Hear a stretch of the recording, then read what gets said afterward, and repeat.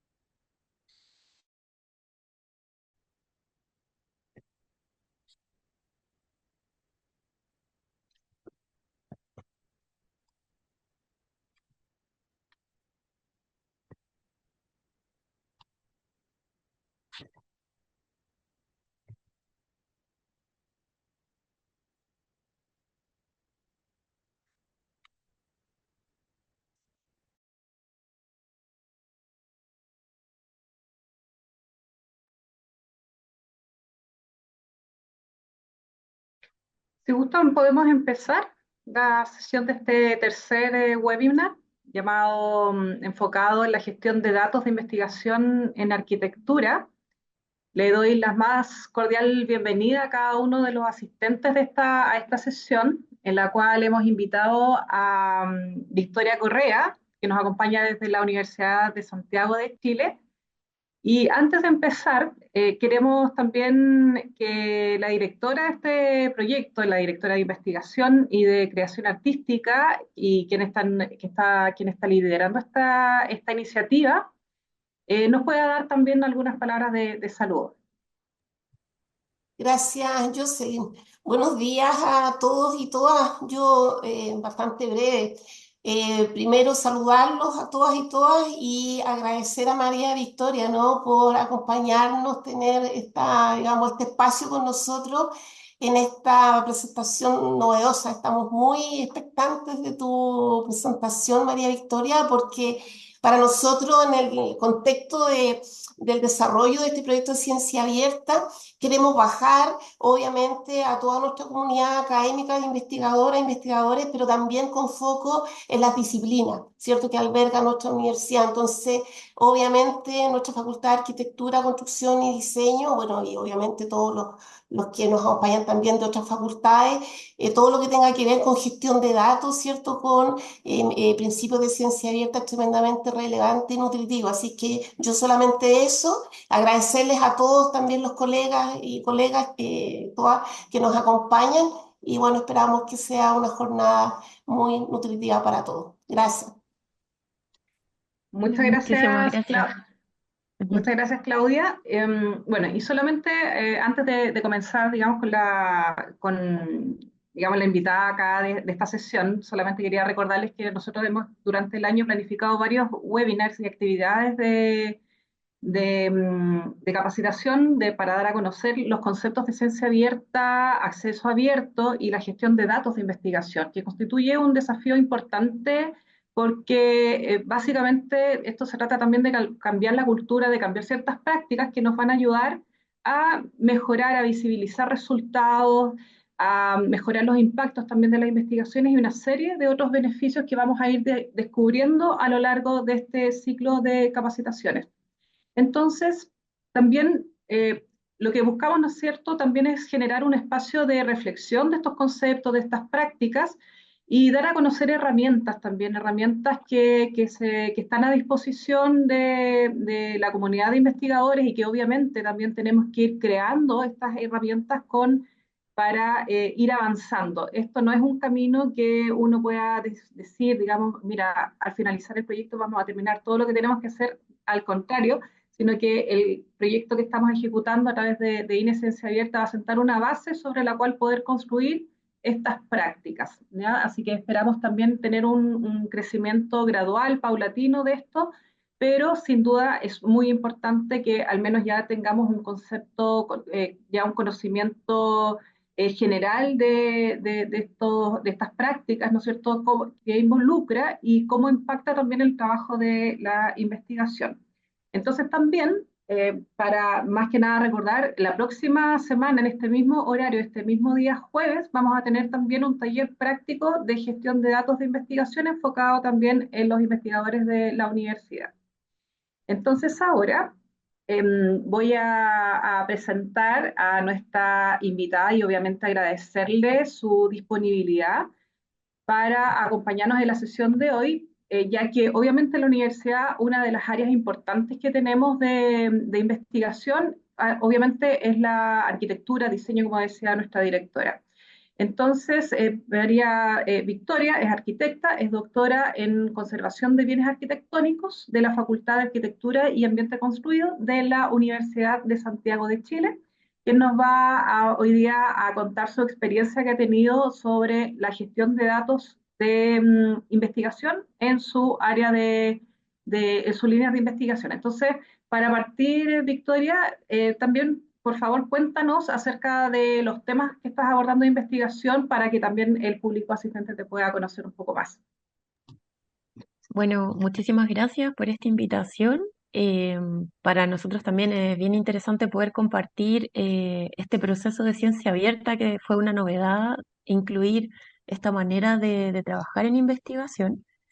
Y bueno, el área en la cual yo me desarrollo es la conservación arquitectónica y básicamente una línea en la historia de la conservación en Chile. Historia de la legislación, historia de los primeros monumentos protegidos. Y un área también interesante de los últimos años ha sido descubrir un poco cuáles fueron las primeras restauraciones que impulsó el Estado acá en el Consejo de Monumentos Nacionales que se crea en el año 1925. Entonces, un poco ese es el marco, es una investigación en arquitectura, pero específicamente en restauración, en recuperación del patrimonio y una mirada retrospectiva en el fondo sobre esas primeras obras que son bien interesantes. Y les voy a contar un poco sobre, un poco más en detalle de las obras y de cómo las fuimos analizando. Ujú. Entonces, cuéntanos cómo iniciaste, bueno, obviamente también en la USACH fue también de las universidades que adjudicó un proyecto de Inesencia Abierta. Actualmente también tiene su propio repositorio en el cual también tú has compartido estos partes, ¿no es cierto?, estos datos relacionados con esta temática de investigación. Entonces, me gustaría que nos contaras cómo iniciaste este proceso de ir conociendo estos conceptos y todo lo que involucra la gestión de datos de investigación. Bueno, la iniciativa surge por un concurso interno que aparece en la universidad de un concurso Ciencia Abierta, en el cual se nos invitaba a todos los investigadores postular para enmarcar investigaciones que estuviesen en curso o nuevas investigaciones a este método de ciencia abierta que tuvimos que ir conociendo con una serie de sesiones, procesos, reuniones, para ir entendiendo cómo podíamos enmarcar la investigación que ya hacíamos a esta metodología que implica empezar a compartir datos antes de publicar. Eso es lo interesante, que una investigación puede durar, no sé, 3, 4 años. Nosotros estábamos con un Fondesit de iniciación justamente sobre las primeras restauraciones del Consejo de Monumentos. Estábamos ya en el último año y aparece este concurso en el cual nosotros pensamos con el equipo, bueno, sería interesante unirlo y ¿por qué no compartir estos datos?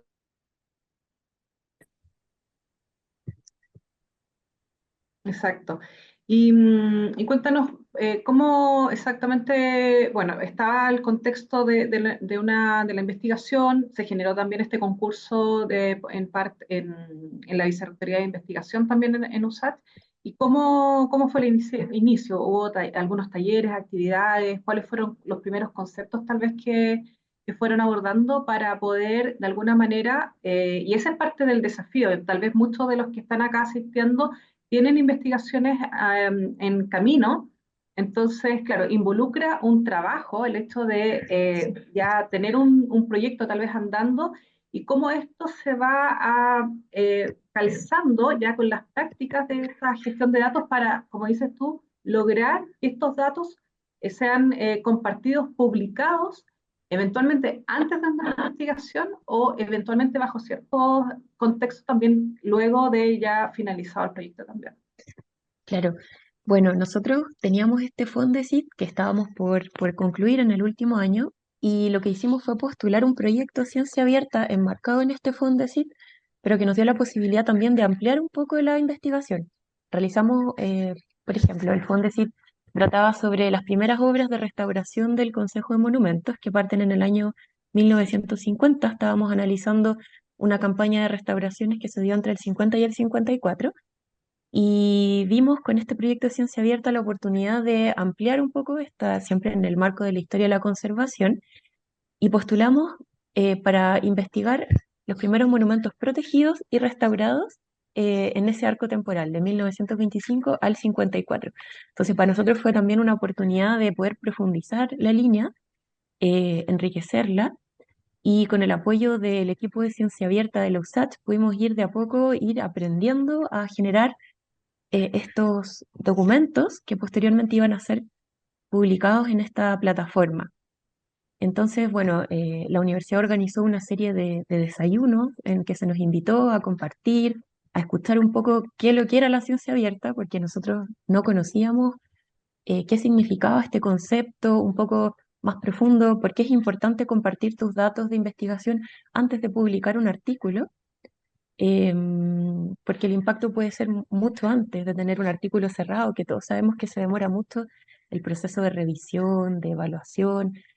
Entonces, con esto de compartir datos, que después les vamos a mostrar un poco más en detalle a qué se refieren los datos, permitía que esta información que estábamos generando, que era una información inédita, nueva, pudiese ser difundida más rápidamente.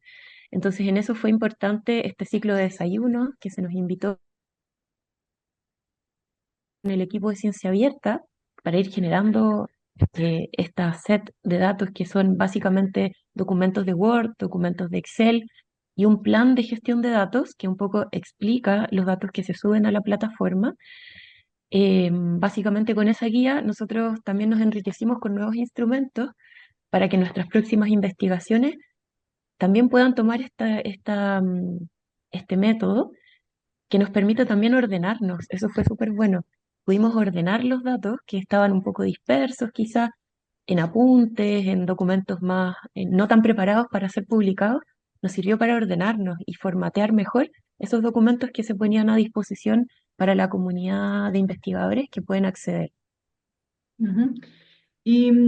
Bueno, luego ya de haber también antes de iniciar ya de profundizar en estos conceptos, además de lo que ya nos has contado, ¿qué otros beneficios tú pudiste observar o percibir respecto de esta de esta práctica de la gestión de datos? Mira, una de las cosas importantes creo fue activar mucho mejor la colaboración dentro del equipo, porque nosotros estábamos trabajando, por ejemplo, con alguien que buscaba en archivos, ¿cierto? Sobre los primeros monumentos protegidos, restaurados, otra persona que analizaba los datos, otra persona que luego aportaba en el proceso de orden, redacción, etcétera.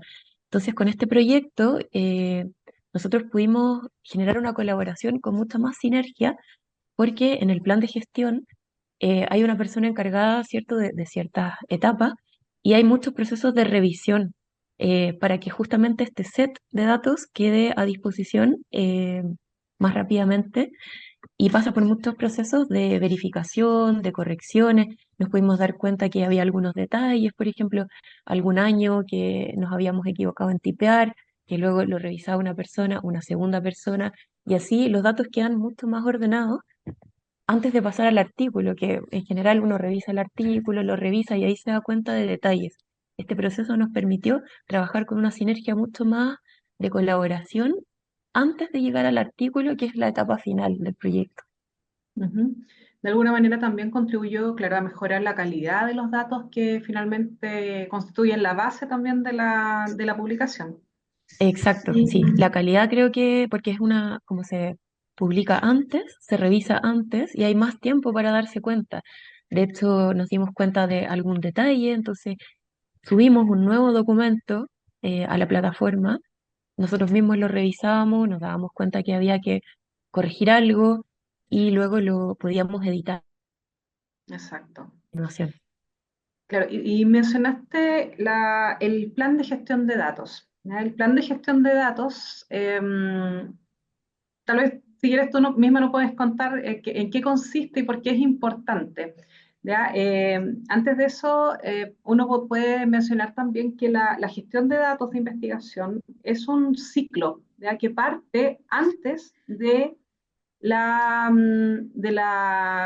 que parta precisamente que se ejecute un proyecto. Uno, al momento de planificar también un proyecto, también estamos pensando cómo va a ser el ciclo de datos hasta que finalmente logramos compartirlo. Entonces, en sí, este plan de gestión de datos, ¿qué es y cuál es el beneficio de hacer este? Es un archivo, ¿no es cierto? Un archivo que puede ser un archivo Word, ¿no es cierto? Y uno lo va completando alguna información respecto de los datos. Sí, si quieren se los puedo compartir el plan de Por gestión supuesto. Ujú. y se los puedo ir explicando con más detalle. Lo tengo por aquí. Sí. Aquí está el También, plan. si, si alguien alguno de los asistentes tiene también alguna pregunta, por favor, siéntanse, están muy invitados a que planteen sus consultas en el chat o bien pueden también abrir sus micrófonos y hacer sus preguntas. Para eso básicamente es también, para que puedan aquí resolver cualquier duda o consulta que puedan tener. Bien. El plan de gestión de datos es un documento que nosotros tuvimos varias entrevistas con el equipo de Ciencia Abierta porque al inicio no sabíamos muy bien de qué se trataba. En este plan, nosotros básicamente explicamos qué datos estamos compartiendo. Nosotros compartimos un documento Word y un documento Excel y este plan de gestión de datos explica un poco cómo se construyen esos datos, qué contienen, etcétera. Y por ejemplo aquí, bueno, aquí está el título del proyecto Ciencia Abierta, la identidad nacional chilena desde las declaratorias y restauraciones del Consejo de Monumentos Nacionales. Y como ven aquí, dice, el presente proyecto de investigación compartirá dos documentos ligados a los datos del desarrollo del proyecto durante el año 2023, denominados Taxonomía de Monumentos Protegidos y Restaurados entre el 25 y el 54, y la idea de lo nacional en el Consejo de Monumentos Nacionales. Nosotros básicamente vimos esta mirada retrospectiva de los monumentos, entendimos qué se había protegido, qué se había restaurado, pero queríamos entender qué se entendía por nacional en los debates internos del Consejo. Entonces tuvimos que revisar muchas actas de sesión, boletines internos del Consejo de Monumentos, para entender un poco por qué se estaban protegiendo estos monumentos al inicio de nuestra historia de la conservación. Entonces, en la taxonomía es un Excel en el cual nosotros ordenamos cronológicamente los monumentos protegidos lo fuimos ordenando, que es todo el trabajo previo a posteriormente las conclusiones. Es parte de las primeras partes del análisis de investigación.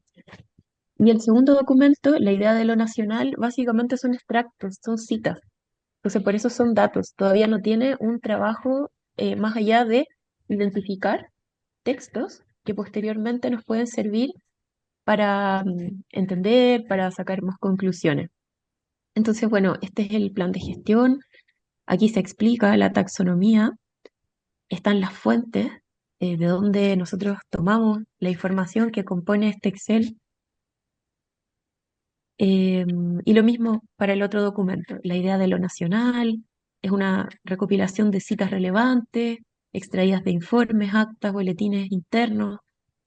Y como ven, es una información que todavía no está procesada.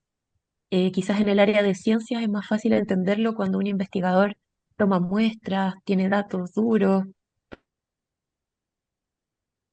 Básicamente esto, la información, los datos que todavía no están procesados, no están analizados al 100%.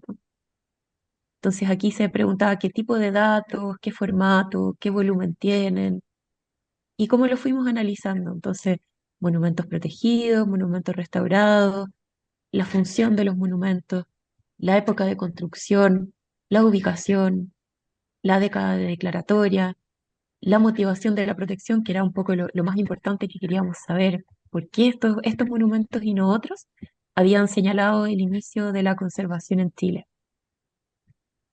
Y bueno, fue un documento largo, pero que en el fondo le da todas las instrucciones y la información que necesita otro investigador para entender cómo funcionan estos datos que son estos documentos que les comenté. Cómo se estructura y nombra las carpetas de los archivos, qué procesos de control de calidad, esto era lo que hablábamos, de que no lo revisa una persona o dos, sino que pasa por varias personas y eran varios procesos que hicimos antes de subirlo. Por eso hubo dos versiones del archivo. Y bueno, la restricción de intercambio de datos, pusimos que se cita este documento como un artículo, tiene un DOI, y básicamente es toda la información que acompaña los datos. Exacto. También este mismo, esta misma, completar esta información al inicio del proyecto, claro, genera todos estos beneficios de poder tener una línea base también, como dijiste, para todo el equipo. No queda algo como algo claro, lo maneja a lo mejor el líder del equipo o un par de personas, sino que es algo transversal que se puede compartir. Sí, eso fue Respecto, clave. sí, en el caso de Linet, nos hace una pregunta en el chat. Ella menciona que quisiera consultar por las resistencias que tal vez encontró desde el nivel humano técnico para poder realizar este trabajo. Y si estaba contemplado hacer alguna protección intelectual em, en esta etapa y si los varios procesos por los que pasa está estandarizado. ¿Quién hace la curación de los datos? Ah, ok. Mira, con respecto a la primera pregunta, dentro del equipo de nosotros no surgió mucho esta instancia porque nosotros sabíamos que esto se publica en el repositorio y va acompañado de un DOI. O sea, tiene un título, tiene autores, entonces eran en una plataforma, tienen protegida esa parte de la propiedad intelectual porque si alguien utiliza estos datos, se cita y está como señalado esto en el plan de gestión. Funciona como una publicación en el fondo. Solo que en vez de Exacto. publicar el artículo, publicamos los datos sueltos. Ujú. Y Exacto. con respecto a la otra pregunta de las resistencias, bueno, nosotros compartimos en algunos desayunos con otros investigadores y salió la misma pregunta exactamente. Claro, porque los investigadores preguntaban, pero ¿cómo voy a compartir mis datos y van a estar como libres antes que yo haya publicado un artículo? Pero esto también funciona como una publicación, en el fondo, una publicación menos elaborada, pero igual está la propiedad intelectual en ese sentido. Y con respecto a los protocolos de revisión, el mismo equipo los establece. El plan de gestión de datos solicita solamente que nosotros los manifestemos, pero el mismo equipo establece sus estándares y sus protocolos. Exacto. Y también hay que mencionar que, claro, dentro de un equipo de investigación se pueden definir estos estándares y en algunos casos, y esa es la potencialidad que tiene el trabajo de la gestión de datos, es que también, por ejemplo, si en otro lugar, otra universidad tal vez abordara un proyecto similar, podrían utilizar también esta información, este estándar, o tal vez generar otro para poder compartir y generar volúmenes mayores de datos. Entonces, de alguna manera, eso también, y es lo que han hecho ya, como, bueno, sabemos que en Europa, Estados Unidos han avanzado ya en estos temas varios años, entonces han generado bases de datos temáticas, por ejemplo, y uno podría pensar, oye, postular a un proyecto para crear una base de datos con esta información. Ya no solamente tal vez del periodo histórico que abordaron ustedes, Victoria, sino que también a lo mejor de otros periodos, con otro tipo de información. Entonces se va enriqueciendo esta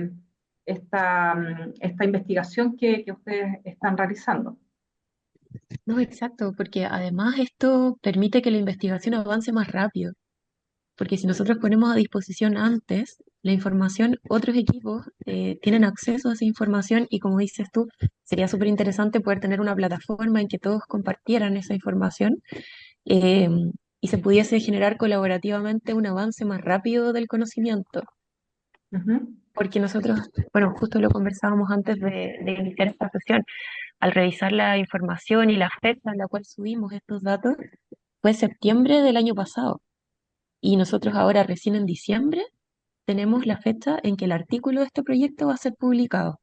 Entonces, más de un año en que estos datos que ya estaban listos el año pasado pudieron ser liberados. Exacto. Y ahí, Victoria, cuando al momento de generarse, de publicarse este artículo, ¿va a estar linkeado el artículo con los datos del repositorio de la USACH? Sí, sí, aparece en la bibliografía, nosotros lo colocamos como que el set de datos del artículo está, y claro, como hemos avanzado ya a un año después, las conclusiones aparecen con un grado mayor de elaboración, porque esta era la primera parte de recopilación, algo de análisis, pero eh, el momento en el que ya el artículo está escrito tiene conclusiones mucho más elaboradas, una mirada más profunda del tema, entonces se ve como que hay un avance, pero se cita, claro, sí. Ujú. Exacto. Bueno, estábamos hablando de esta primera etapa de un ciclo de datos, de adentro de un proceso de investigación que sería la planificación. Luego vienen algunas etapas que, bueno, ya el proyecto, bueno, en este caso ustedes ya tenían un Fondesit, ¿no es cierto? Ya sabían lo que tenían que hacer con estos datos. Entonces empieza una fase de recopilar estos datos, de procesarlos, ¿no es cierto? Darles una forma, limpiarlos, ¿no es cierto? Y analizarlos. Tal vez nos podrías contar algo respecto a estas etapas. Y para eso les voy a compartir los datos y después les voy a compartir una presentación que tuvimos hace poco en un seminario como para que vean el proceso. Les voy a compartir la la taxonomía de los monumentos protegidos y restaurados. Bueno, esto es como al principio, ya pasó la etapa de recopilación, de búsqueda de archivos, entonces nosotros teníamos muchos documentos que había que ordenar. Y fuimos creando un Excel con distintas pestañas abajo y fuimos ordenando los monumentos. Entonces aquí tenemos monumentos protegidos. Vamos a ver los protegidos por el Consejo de Monumentos, porque también agregamos un antecedente como antes del Consejo de Monumentos existió una comisión gubernativa de monumentos nacionales, que duró pocos meses, pero igual la incluimos. Aquí están los monumentos protegidos por la comisión gubernativa, ordenados con su decreto, y los protegidos por el Consejo, que un poco era el foco de la investigación. Eh, Monumentos protegidos por la Comisión y por el Consejo es como el documento más que compendia un poco estas dos cosas y podemos ver el orden cronológico. Entonces, ven, primero numerosos fuertes en el sur de Chile, en Valdivia, provincia de Concepción, Chiloé, la mayoría son fortificaciones coloniales. Entonces eso ya nos va dando una idea de qué se entendía por patrimonio al inicio, ¿cierto? Después por ahí, casa natal de Manuel Montt en el 35, en el 29, la isla de Pascua en el 35, otro fuerte en Valparaíso, y luego una serie de iglesias y capillas que parten en el año 51 en adelante, que fue más o menos paralelo a las restauraciones que nosotros estuvimos estudiando.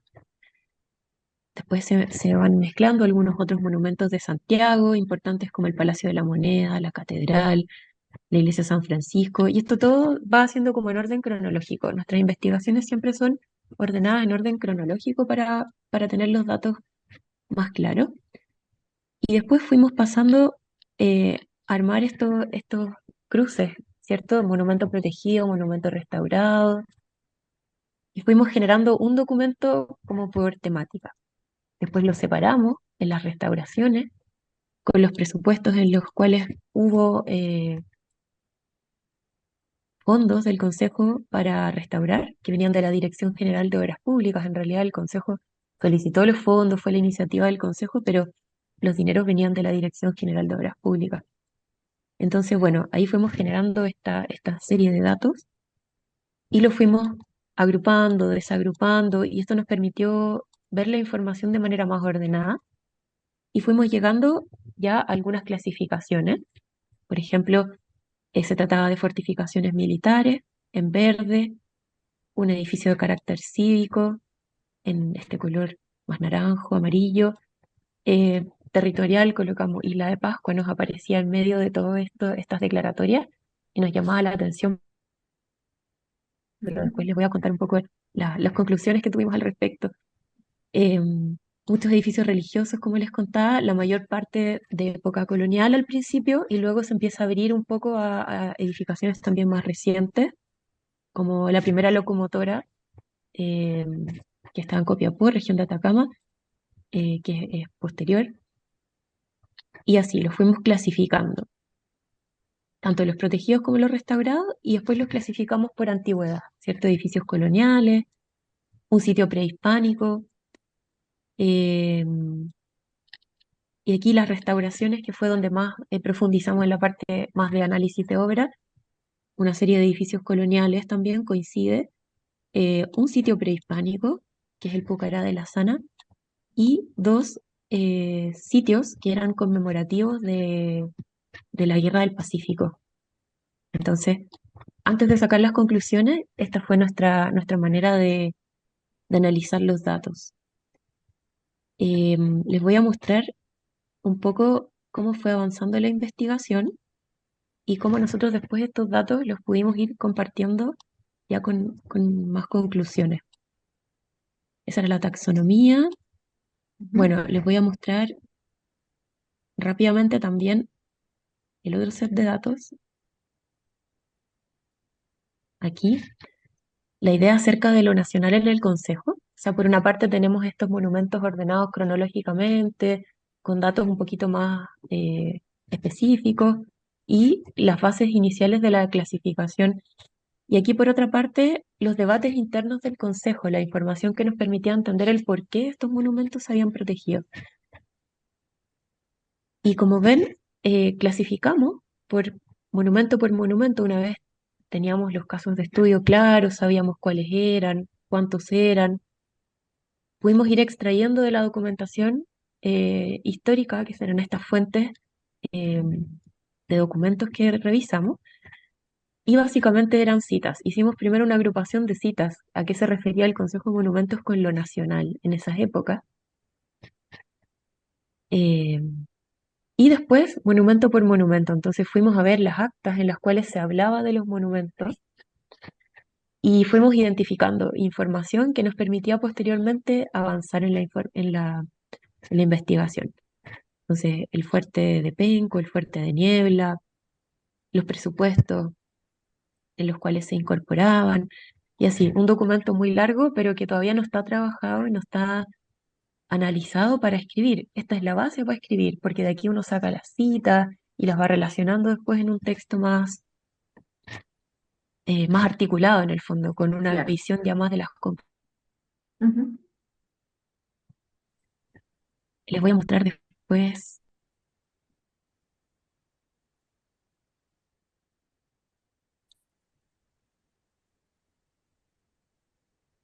Tenemos aquí. Nosotros hace poquito participamos en un encuentro de diseño urbano en Punta Arenas, que se realiza anualmente en distintas ciudades. Eh, es un seminario donde participan distintos académicos de distintas universidades y nosotros llevamos este proyecto para presentar un poco las primeras conclusiones. Entonces, bueno, aquí vamos a ver más fotografías de los monumentos, que también fue una parte de la investigación que se recopiló. Los documentos que analizamos, estos son algunos de los documentos base de los cuales extraímos esa información que pasa a ser Excel, que pasa a ser Word, que son los datos que se compartieron. Bueno, nuestra línea de tiempo, un poco de las primeras normativas de conservación patrimonial en Chile, el arco temporal que estudiamos, que es del 25 al 54, monumento protegido, monumento restaurado. Y les quería mostrar un poco esta visión más de conjunto, fortificaciones militares, como les contaba, de época colonial, iglesias coloniales, un poco este primer grupo de monumentos que se protege, este orden, esta tabla, que es también la tabla que está en el Excel que les mostré, con su fuente de monumentos restaurados en este caso, decretos de declaratoria que también fueron analizados para ir armando estos datos. Y finalmente una parte más de análisis de datos que está aquí, que esta no la habíamos compartido el año pasado porque todavía no la teníamos. Esto fue el trabajo posterior. Entonces aparecen una serie de gráficos a nivel cuantitativo, cualitativo, vamos empezando a cruzar temas y que nos permiten ir pensando un poco por qué estos monumentos, por qué no otros, cuál era el contexto de Chile en la época. Y van apareciendo estos gráficos que un poco nos van aportando antes de llegar a las conclusiones. Ujú. No sé si quieres que las comparta ahora o la vemos Me más adelante. encantaría, porque estoy ¿Sí? muy expectante de ver estas conclusiones. Sí, Las conclusiones. por favor. Bueno, yo creo que se pueden resumir un poco en esta lámina. Si ustedes se fijan, las primeras restauraciones del Consejo que fueron ejecutadas entre el año 50 y el 54, que era nuestro tema Fondesit, si se fijan, están agrupadas en ciertas provincias muy puntuales. Se hace la intervención en todas las provincias de la época, sino que están aquí en la provincia de Tarapacá, en la provincia de Antofagasta y en la provincia de Valdivia. Y nos dimos cuenta al ir revisando la argumentación del Consejo, al ir revisando los decretos, pero que no dice mucho en realidad los decretos, pero habla del valor, algunos se hace énfasis en el valor de los monumentos, pudimos ver que estaban localizados en dos provincias que pocas décadas antes habían entrado al mapa chileno, porque después de la Guerra del Pacífico, estas provincias pasan después de tratados y de problemas limítrofes, etcétera, pasan a ser parte del mapa de Chile. Entonces nos dimos cuenta que probablemente no está textual, no está escrito en los documentos que revisamos, pero probablemente había una intención de nacionalizar de alguna manera estos lugares o de incluirlos al imaginario del patrimonio, porque sí hay una idea de lo nacional, tanto en la legislación que revisamos como en los debates al interno del Consejo, hay una fuerte idea de la historia patria, del recuperar ciertos héroes que han fundado la nacionalidad. Está presente ese debate, entonces nosotros, algunas de nuestras conclusiones tienen que ver con que estos monumentos, si bien eran valiosos, ¿Qué le etcétera, pasó? se localizaban en estos puntos importantes. Y la provincia de Valdivia, que también la ¿Ya? línea del, la Un línea del momento. Biobío, Linet, ¿En qué sentido? Linet, tienes tu micrófono abierto. Mm, Linet, Raúl, yo no puedo silenciar. Un momento. Voy a ver, hablar con Raúl por acá interno, a ver si lo puedo pedir que lo desactive, ¿ya? Ya, por favor. Ya, disculpa, Victoria. No hay problema. Eh, bueno, eso, nosotros nos llamó la atención al armar análisis de información que los monumentos restaurados respondían a ciertos puntos geográficos y nos interesó eso. Como Ujú, les contaba, las provincias de Tarapacá y Antofagasta eran provincias, entre comillas, bastante nuevas para el mapa nacional y la provincia de Valdivia, al sur del Biobío, también el Biobío fue mucho tiempo un límite para el mapa chileno. Bueno, lo contextualizamos un poquito más, pudimos ver que quizás tenía sentido esta idea como hipótesis de nosotros, porque también había monumentos aquí está la lámina que les quería mostrar. Nos llamó la atención en el segundo presupuesto de restauraciones el monolito de Dolores y el cenotafio. Y este era un lugar conmemorativo de una batalla de la Guerra del Pacífico, entonces nos hacía sentido. Y los fuertes de Valdivia, que vimos fueron unos de los primeros eh, fuertes en ser protegidos en Chile, uno de los primeros monumentos, también tenían una significación importante. Cuando empezamos a revisar un poco la historia de estos fuertes, eh, traje aquí un extracto de uno de los documentos que revisamos de la revista En Viaje del año 52. Dice, fue necesario realizar una campaña heroica y sobremanera afortunada para lograr abatir y capturar tan formidable fortaleza. Su caída marcó un paso decisivo en la extinción de la dominación hispana en Chile y acaso en el Pacífico. Entonces, de alguna manera, tenían un rol importante en esta conmemoración de aquello nacional. Y descubrimos entonces, o pensamos nosotros como hipótesis, que estos primeros monumentos protegidos y restaurados tenían un sentido patrio, de historia patria, de lo nacional, que se entendía en esa época, y también geopolítico, por eso aparece quizá la isla de Pascua entre medio, ¿cierto?, de los fuertes, la claro. isla de Pascua, eh, y de alguna manera nos abrió como esta inquietud de seguir revisando si en décadas posteriores habrá sido también así, eh, esta manera de seleccionar y estos Claro. monumentos ubicados. Y aquí está, bueno, el repositorio de datos, que está Ujú. a la derecha, y un artículo que habíamos publicado en el 2022, pero que se enfocaba solo en la parte técnica de las restauraciones, cómo se habían ejecutado las restauraciones. Exacto. Em, Bueno, y mira, a mí, que ya está una pregunta personal, ¿ah? Pero que tiene que ver claro, en aquella época, obviamente, hay una concepción respecto de lo nacional, y uno podría también después ir visualizando si, por ejemplo, estas categorías vinculadas a lo prehispánico o territorial van aumentando, por ejemplo, con el paso del tiempo,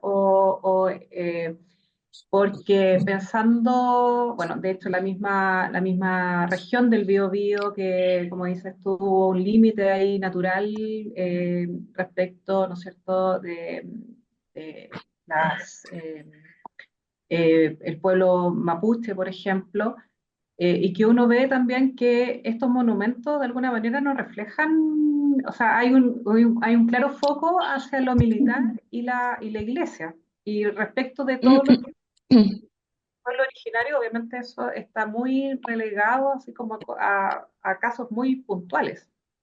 Sí, sí, eso es súper interesante como reflexión también para el futuro. Pudimos ir Ujú, viendo, claro, que primero aparecen unas categorías muy cerradas, que son los fuertes militares, coloniales, las iglesias. Aparece el Pucará de la Sana en el ujú, norte como lugar que se restaura. Y eso nos llamó la atención también porque en otros contextos, hablando con otros investigadores de otros países, en específico de Panamá, que tuvimos la oportunidad de invitar en el marco de este proyecto, nos decía que a diferencia de allá, aquí sí había habido, aunque sea un sitio prehispánico, y que en otros contextos no había habido, pero es clara la tendencia de edificaciones que son de época colonial y no anterior, a pesar de que la legislación en la época hablaba de los sitios arqueológicos, o sea que no era necesario declararlos tal cual, sino que la legislación los protegía de por sí. Se restaura solo uno y eso llamó la atención. Ujú. Posteriormente, en las décadas siguientes, hemos revisado muy rápidamente. eh, Sabemos que se amplía el espectro, pero no tenemos los datos todavía, que nos gustaría poder seguir investigando, hasta llegar ojalá a alguna reflexión contemporánea sobre qué entendemos por patrimonio, por qué protegemos ese tipo de edificaciones, o el debate actual en torno al patrimonio material, patrimonio inmaterial, los sitios industriales, eh, paisajes culturales. Hay hoy día como una serie de otros conceptos que, bueno, en esta época, la del monumento nacional, monumento histórico, era más bien cerrada y con un enfoque, como vimos, bien direccionado hacia cierto tipo de edificios. Exacto. Bueno, súper interesante todo lo que nos cuentas, Victoria, respecto a todo el proceso y claro, cómo se van extrayendo también estas conclusiones, cómo se va generando finalmente este nuevo conocimiento. Y bueno, ya hemos pasado por la planificación, ¿no es cierto?, por el registro, el análisis de los datos, y hay otras fases dentro de la gestión de datos que tienen que ver con compartir estos datos y con la reutilización de los datos, porque finalmente todos estos procesos, de la manera en que se trabaja, la idea es buscar que estos datos puedan, ¿no es cierto?, ser una fuente de información para nuevas investigaciones. Y de hecho, bueno, también pasó tal vez muchos de ustedes ya sepan, ¿no es cierto?, ahora ya los proyectos, por ejemplo, Fondesit, que es como el grupo más grande de financiamiento que tiene ANID, ya tenemos ya la obligación de, en este caso, generar un plan de gestión de datos y de finalmente publicar estos datos en algún repositorio, ya sea general, como podría ser un repositorio institucional o un repositorio especializado. Entonces, ¿cómo se realizó este proceso de compartir los datos, publicarlos en el repositorio y eventualmente ahí no sé si nos puedes contar alguna perspectiva respecto de la reutilización?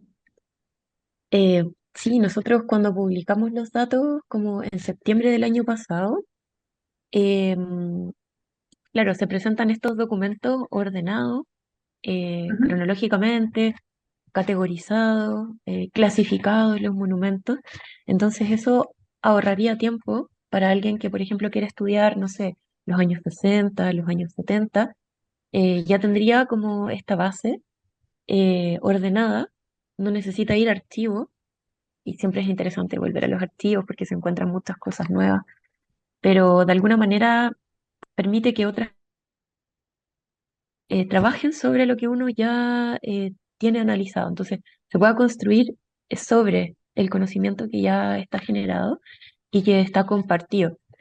Y con respecto a la reutilización, claro, como es un archivo que pasó por distintos protocolos de revisión, nosotros estamos muy seguros que esos son los monumentos que salieron a partir de esas fuentes, porque quizá alguien pudiese encontrar un documento inédito que complementa y que faltó algún monumento, por ejemplo.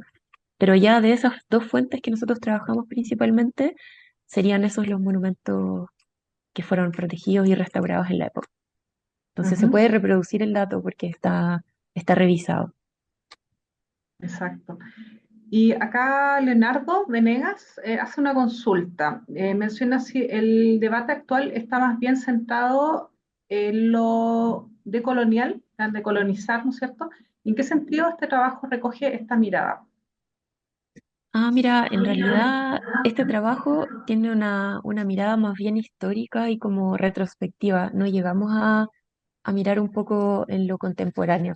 Solamente es un trabajo histórico en base a fuentes, a documentos, pero que permite como entregar ciertos insumos quizás para el debate que planteas, que me parece súper interesante. Exacto. Y, y bueno, también es importante recalcar claro, en este caso, Victoria, no sé si vamos a ver el repositorio de los ads también, Lo que podemos fue compartir. donde publicaste los datos. Claro, Sí, acá lo obviamente podemos también en la compartir. Universidad del Biobío estamos generando un repositorio institucional, ¿ya? ANID también tiene su propio repositorio y también existen en el mundo muchos repositorios, ¿ya? También es importante recalcar que existen estos repositorios que podríamos decir que son generales. Cuando tenemos un repositorio institucional, de alguna manera lo que se busca con eso es que todas las áreas del conocimiento, todas las facultades de una universidad puedan incorporar sus datos en estos repositorios. No obstante, también en la práctica uno podría también depositar los datos en algún repositorio temático, porque en esos repositorios temáticos hay una mayor también colaboración con algunos investigadores. Entonces, tenemos algunos repositorios, por ejemplo, especializados en datos vinculados al cultivo del trigo, ¿ya? O sea, así de específico.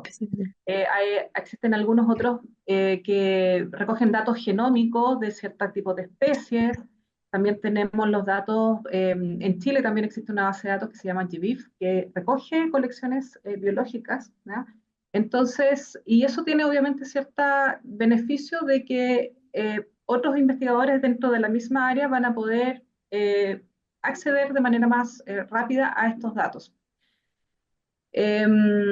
Y bueno, obviamente estos repositorios institucionales tienen la misión de preservar también el conocimiento generado dentro de las instituciones. Entonces también es importante hacer esa distinción y que obviamente tenemos que coexistir, tienen que coexistir estos repositorios. Lo bonito, ¿ya?, de este tipo de tecnologías es que se pueden cosechar. Y la cosecha significa que, por ejemplo, si este proyecto es un proyecto ANID, como Victoria ya depositó sus datos en este repositorio, en el repositorio institucional de los SACH, ANID eventualmente podría cosechar, tomar estos datos que están depositados acá para hacerlos visibles también a través de su repositorio. Entonces no es que uno requiera, por ejemplo, publicar los datos en este repositorio institucional y además en la NID. Eso es lo que se evita. Entonces, uno lo deposita una sola vez y después otros repositorios pueden cosechar estos datos para ir creando ciertas colecciones, ciertas temáticas. Em, También, Victoria, acá Javiera Pavés hace una consulta y menciona que, por ejemplo, estas investigaciones enfocadas en la visibilización de las mujeres en arquitectura, si se tienen las bases de datos por egresadas de cada universidad o las obras o publicaciones, ¿podría ser publicable esta información, por ejemplo? Perfectamente, claro, perfectamente. Imagínate, y sería muy enriquecedor para personas que están investigando en los mismos temas, etcétera. Claro, tener esos datos fácilmente accesibles. Sí, sería muy interesante. Yo creo que en todas las disciplinas o en todas las áreas, esto permite que podamos construir en conjunto y de manera más rápida, avanzar más rápido. Ujú. Exacto. Gracias, Victoria. Y bueno, ya Javiera también por su consulta. Entonces, ahora nos puedes contar también un poco más del repositorio que crearon en los SAT. Sí, bueno, ya estamos en la pestaña de Facultad de Arquitectura. Uno puede ingresar a las distintas facultades, repositorio de datos, Facultad de Arquitectura, y aquí están los datos que, como les decía, no me recordaba que había sido en septiembre, pero fue ya hace más de un año y pensar que el artículo va a salir ahora en diciembre, entonces harto tiempo antes que la información queda a disposición. Pues aquí está el proyecto, como ven es la versión 2 porque nos dimos cuenta que había que ajustar un detalle, que nos habíamos equivocado en un año, porque tuvimos varios protocolos de revisión y bueno, ahí está la versión final. Y aquí está el DOI, que se genera al subir este repositorio, esta información al repositorio. Entonces vamos a abrir la pestaña y aquí está el proyecto. Entonces el proyecto se acompaña de una breve descripción como para entender un poco el marco en el cual está. Departamento de la Escuela de Arquitectura, palabras clave. Y aquí están los dos documentos que les mostré. La taxonomía, el plan de gestión. Aquí está la idea de lo nacional, el plan de gestión y la taxonomía de monumentos. Entonces, aquí descargar y fácilmente se accede al archivo y se puede acceder a la información sin problema. Se puede contactar al propietario eh, y aquí está el acuerdo de licencia y el uso de datos. Exacto. ¿Y eso lo defines tú o cómo se define el tipo de licencia? Eso se conversó con el proyecto de ciencia abierta, nos Ujú. comentaron con el equipo del proyecto, nos comentaron las posibilidades que había y en el fondo nosotros sí, dijimos se comparte, se cita, se dice, necesita otro investigador utilizar esto y no hay problema, queda a disposición. Aquí Exacto. están las versiones, no sé si está la versión antigua. Ah, ahí está, claro, se retiró la versión antigua, pero no se puede descargar la versión antigua al parecer. Solo se descarga la versión última. Ahí está la licencia, los metadatos, la descripción, eh, periodo de tiempo cubierto del 25 al 54. Entonces creo que es interesante porque uno como que se puede poner virtualmente en diálogo con otros equipos de investigadores que, como dices tú, si se armara una red de estos repositorios sería, uy, nos facilitaría muchísimo la investigación a todos los equipos. Sí, bueno, y acá, mira, en la misma página podemos ver que estos archivos han tenido 290 descargas. Ah, claro, Entonces, también sí. eso era también un impacto respecto del uso de esta información. Sí, también nos llamó la atención eso porque no pensamos que podía tener como tanto interés un tema tan específico, pero bueno, igual lleva un año, más de un año a disposición, entonces son las descargadas desde el Ujú. momento en que subimos al repositorio.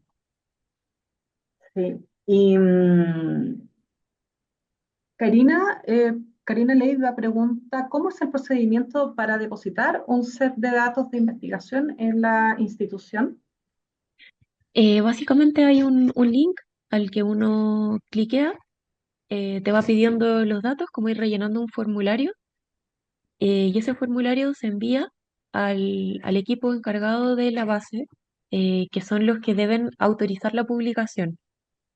Entonces, nosotros estuvimos igual en contacto porque tuvimos algunas dudas, obviamente como no sabíamos realizarlo, eh, tuvimos mucho ahí diálogo con el equipo, eso fue importante.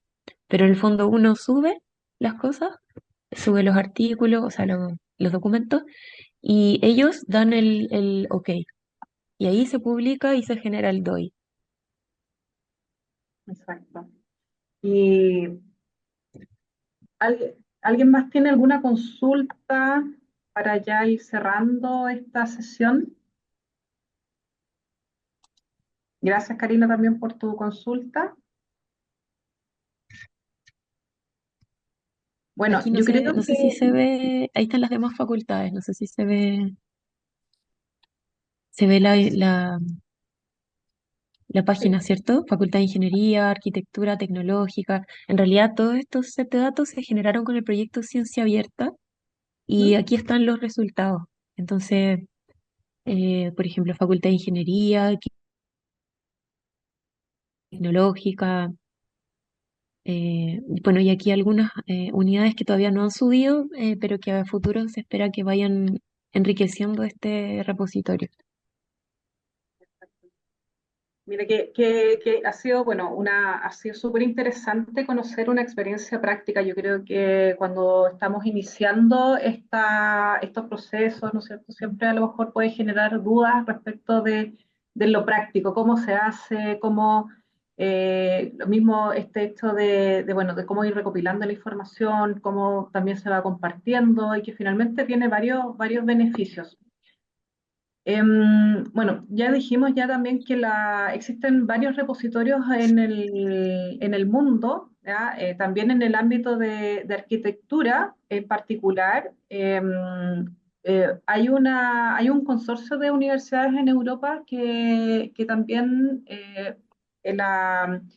fueron varias universidades que unieron sus repositorios, entonces uno puede también además buscar eh, en una sola vez, ya, pero en distintos repositorios institucionales. Entonces uno podría también, no sé, por ejemplo, agrupar estos repositorios que se están desarrollando, agruparlos y hacer búsquedas también simultáneas. Entonces, bueno, esos son futuros desarrollos que yo creo que eventualmente se pueden ir discutiendo con el paso del tiempo y ver ahí la factibilidad tanto técnica como ya más de política o institucional. Pero da para mucho, o sea, estamos recién empezando este camino y bueno, obviamente nos interesa mucho que nuestros investigadores también puedan asistir.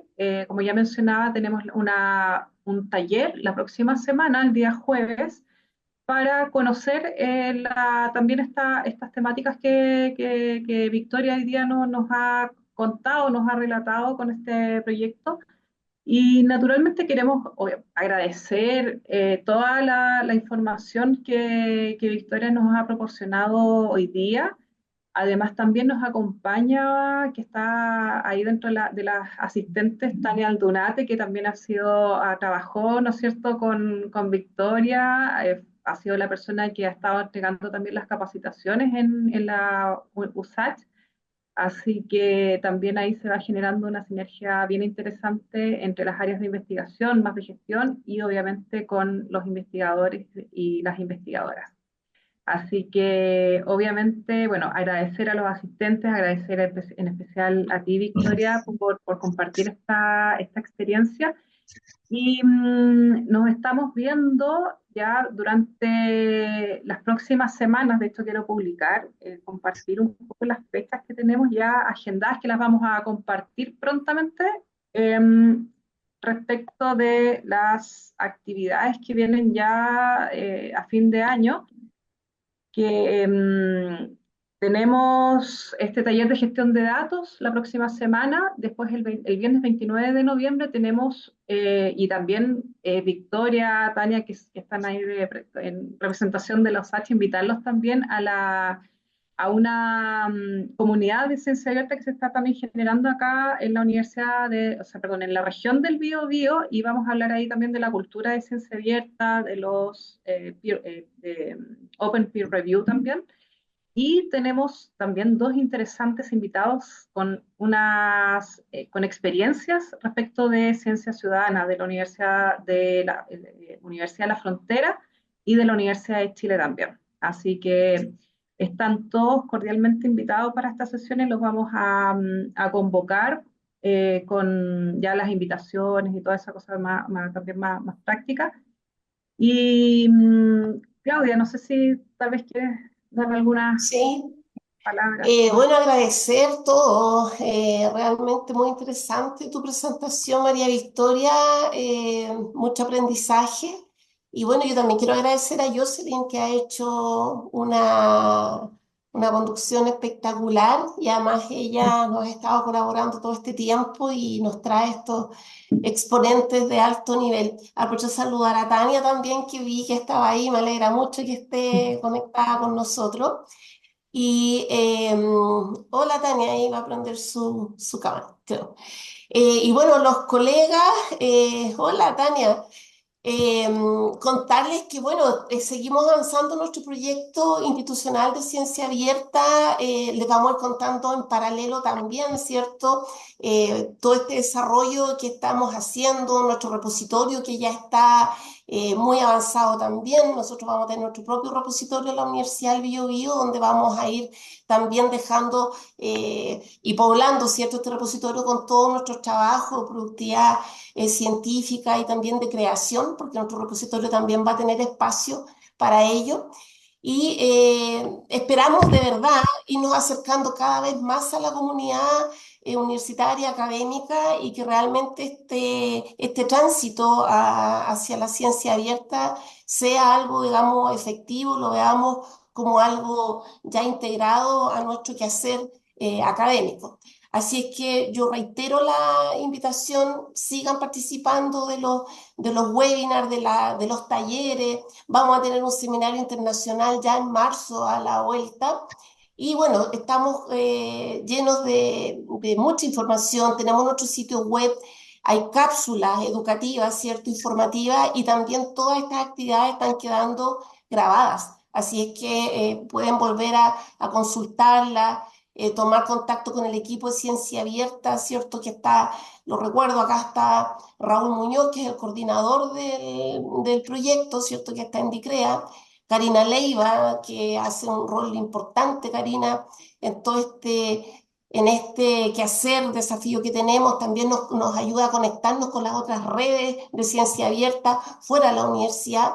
Héctor lo vi por ahí también, que es parte del equipo. Vi Karen, que estaba conectada también, que ella nos está ayudando a construir todo un estado del arte que tenga que ver también con nuestro quehacer académico como Universidad del Biobío. Así es que seguimos, esto está en absolutamente pleno desarrollo y esperamos que se vayan sumando ustedes como actores activos y principales también de este proyecto. Así que yo nada más reiterar mis agradecimientos de parte de todo el equipo, María Victoria y Jocelyn Bonitania, que me despido también. Muchas gracias. Ujú. Muchas gracias a todos y a No, todas. muchísimas gracias por la invitación y agradecer también a Tania, que también la vi ahí, que está conectada por todo el apoyo en el proceso. Y Jocelyn, gracias por la invitación. Claudia, para nosotros es muy interesante poder compartir la investigación y el proceso. Así es, muchas gracias. Así que seguimos. Que estén muy bien. Seguimos en Nos contacto. vemos. Chao, chao.